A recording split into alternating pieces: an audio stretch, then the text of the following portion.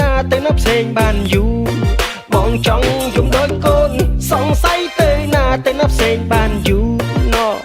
អោបដែលយំលួយវើយអើយខំខតាមរកទុំរំឃើញអូនមកអើយមកអូនឡើងជូសវឹងទឹកថ្នោតជូលូលូសុំឯងចង់ទៅរួមបុណ្យភូមិសវឹងទឹកថ្នោតជូលូលូសុំឯងចង់ទៅរួមបុណ្យភូមិណោ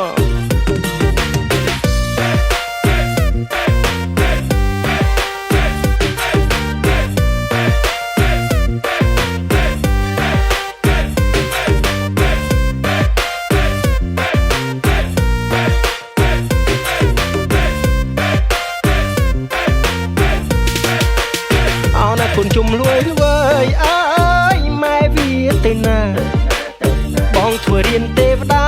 អើយកូនយំជាបៅឲ្យបងធ្វើម៉េចទៅកូនមិនព្រមបៅទឹកដោះគោទេអូនឲ្យបងធ្វើម៉េចទៅ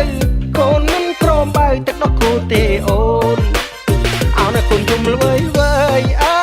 យម៉ែវាទៅណាឮថាទៅផ្សារអើយមិនក៏បាត់សូន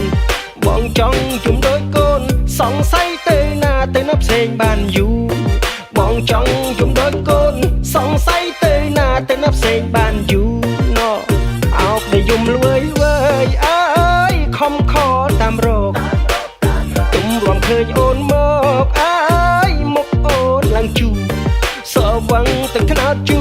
លូលូសុំឯងចង់ទៅរួមបុណ្យភូមិសវឹងទឹកថ្នោតជូ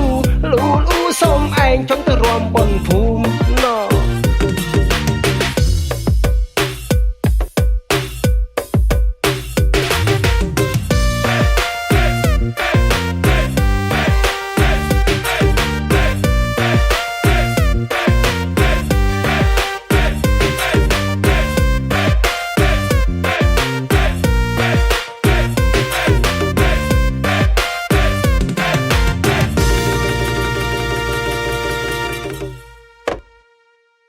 ដើម្បីកុំឲ្យខកខានពីបទចម្រៀងថ្មីៗរបស់ផលិតកម្មរស្មីហង្មាសូមចូលទៅកាន់ Channel YouTube រស្មីហង្មារួចអនុវត្តតាមវិធីខាងក្រោម